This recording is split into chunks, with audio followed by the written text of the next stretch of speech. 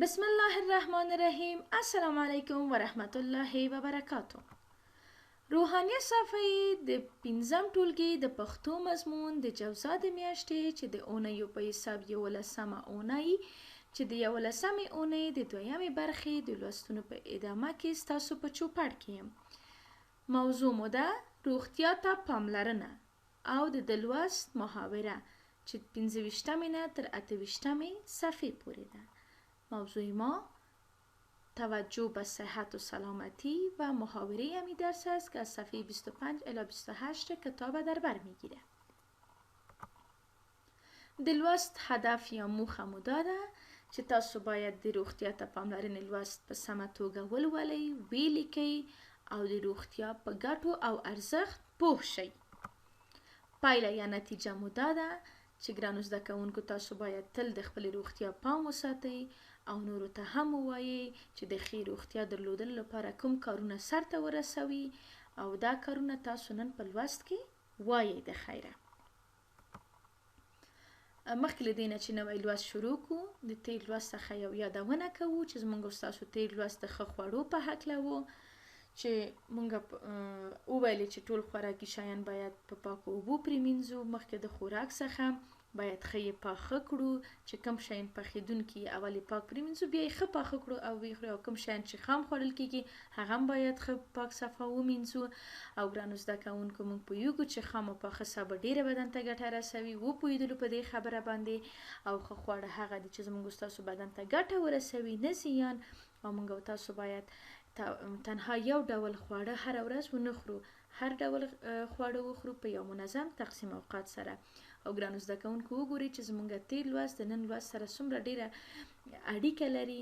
هغه ښه خواړه یعنی غذای مفید او نن زموږ روغتیا ته پاملرنه ده چې طبعا چې موږ ښه خواړه وخورو خو ښه روغتیا به مو لرو چې په تعقیب لوست لولو. نهم لوست روغتیا ته پاملرنه. درس نهم توجه به صحت و سلامتی. د انځور چې ګوري ګرانو زده کوونکو وګورئ دا یو عادي نمونه ده چې ما تاسو ته لیکلې که موږ تاسو منظمه ورزش وکړو، په وخت ویده شو او ښه خوراک وکړو نو موږ تاسو به ډېر ښه روغتیا ولرو او یو سالمه او ښه صحت به ولرو. نو اوس راځو لوست ته. روغتیا لوی نعمت دی. صحت و سلامتی نعمت بزرگ است. که بدن روغ وی لوست زده کیږي او لوبی خوند کوي.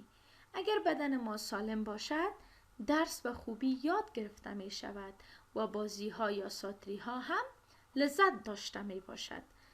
دروغ بدن په قدر هغه خلک پوهیږي چې یو ځل ناروغه شوي وي. قدر بدن سالم اشخاص میفهمه که اونا یک دفعه مریض شده باشند. پاک او ډول ډول خوړل روغتیا سره مرسته کوي. غذاهای پاک و انواع غذاها که البته پاک و صحی باشه به صحت و سلامتی ما کمک میکند. سپورت او بدنی روزنه بدن غشتلی کوي. سپورت و پرورش اندام یا تربیت بدنی بدن چی میکند؟ تازه و قوی میسازد. من باید خپل روغتیا ته پام وکړو. ما باید به صحت خود توجه بکنیم. د ناروغۍ پر مهال ژر تر ژره ډاکټر ته لاړ شو. در وقت مریضی هرچه زودتر پیش دکتر برویم. محاوره. لومړی محاوره. زده کوونکی ستا ورور چیرې ښوونکی دی؟ برادر خودت شاگرد سوال کرده از شاگرد دیگه که برادر خودت در کجا استاد است. زده کوونکی په کابل ښار کې د یو ښوونځي ښوونکی دی. در شهر کابل استاد یک مکتب هست. زده کوونکی ستا د ماما کور په کابل کې دی؟ شاگرد خانه مامای در کابل است. زده کوونکی هو زما د ماما کور په کابل کې دی، هغه په کابل کې ډاکټر دی. شاگرد گفته بله خانه مامای ما در کابل است، او در کابل دکتر است. زده کوونکی د څه شي ډاکټر دی؟ ډاکټر چی است؟ زده کوونکی هغه په کابل کې په یو روغتون کې د سترګو ډاکټر دی. او در کابل در یک شفاخانه دکتر چشم است. زده کوونکی زه هم غواړم چې د سترګو دکتر شم. ته څه شی غواړی؟ من هم میخوایم که دکتر چشم شوم. خودت چی میخوایی؟ زده کوونکی زه غواړم چې ښوونکی شم. من میخوایم که استاد شوم. دویمه محاوره چې د لومړي او دویم زده کوونکي ترمنځ ده. محاوره دوم در بین شاگرد اول و شاگرد دوم است که به ترتیب میخوانیم. تاسو پرونی کورنۍ دنده سرته رسولی ده. شما کارخانگی دیروز را انجام دادین. دویم زده کوونکی بله ما خپله کورنۍ دنده لیکلی ده. زه هره ورځ خپله کورنۍ دنده سرته رسوم او د نن کار سبا ته نه پریدم.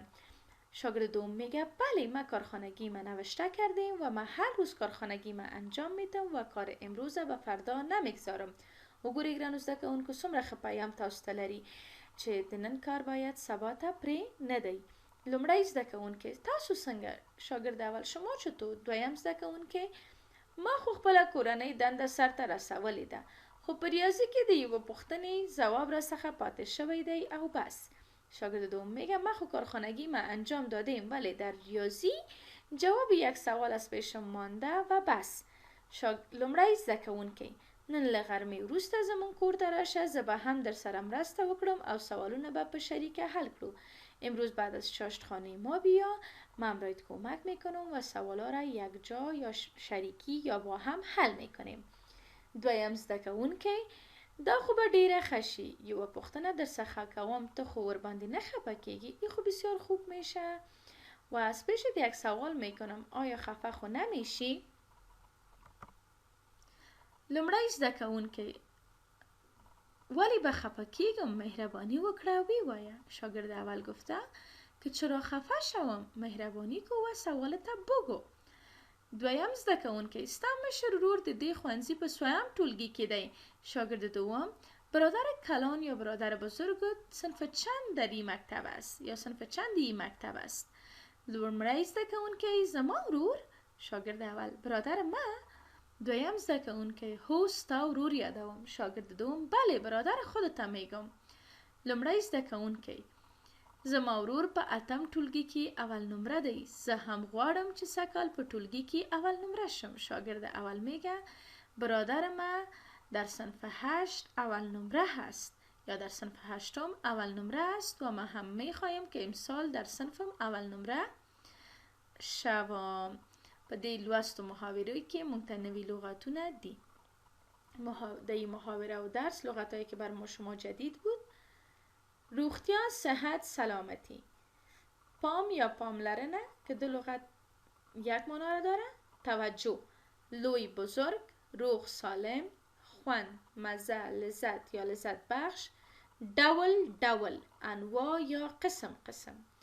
بدنی روزنه، پرورش اندام. غختلی یا غشتلی، قوی تازه. محال وقت. روغتون شفاخانه. سترګه چشم. مشر بزرگ.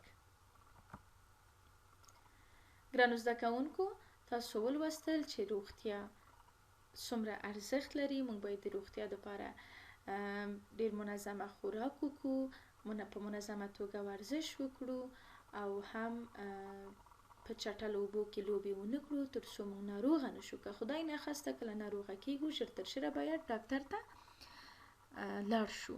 کورنۍ دنده یا کارخانگی مو داده ګرانو زده کوونکو چې د روغتیا د ارزښت په هکله به باید یو مقاله ولیکئ. لوستل د معنا سره زده کړئ، لغتونه یې حفظ کړئ او جملې ورته ولیکئ او هم د تمرین او د ارزیابي ورقې په سمه توګه تکرار کړئ چې ډیره مهمه برخه ده ستاسو په ازموینه کې. لوست مو پای ته ورسیده. له پاملرنې نه مو مننه. الله مو مل شه.